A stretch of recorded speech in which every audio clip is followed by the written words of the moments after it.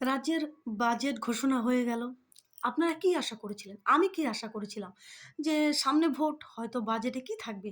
যে এত, এত চাকরি হবে, এত কোঠা ফাঁকা আছে, চাকরি হবে এবং এই উন্নয়ন করা হবে। এটা আমি নরমালি আশা করেছিলাম যে অন্য সময় না করলেও অন্তত ভোটের আগে লোককে দেখানোর জন্য এই সমস্ত চাকরি-বাকরি কাজকর্ম কিছু একটা অন্তত করা হবে, কিছু একটা দেবে।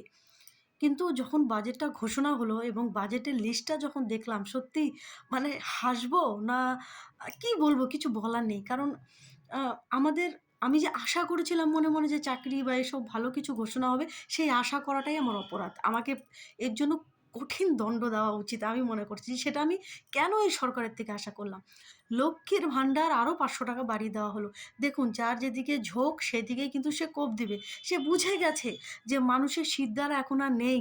এই টাকার লোভেই লোকে ভোট দেবে। তাই দ্বিতীয়বার আবারও লোভ দেওয়া হলো। বাহ! রাজ্যবাসী, তোমাদের জন্য একদম ৪ হাত দিয়ে হাততালি দিতে ইচ্ছে হচ্ছে। ভালো থাকো সকলে। আর ভান্ডার নিতে থাকো।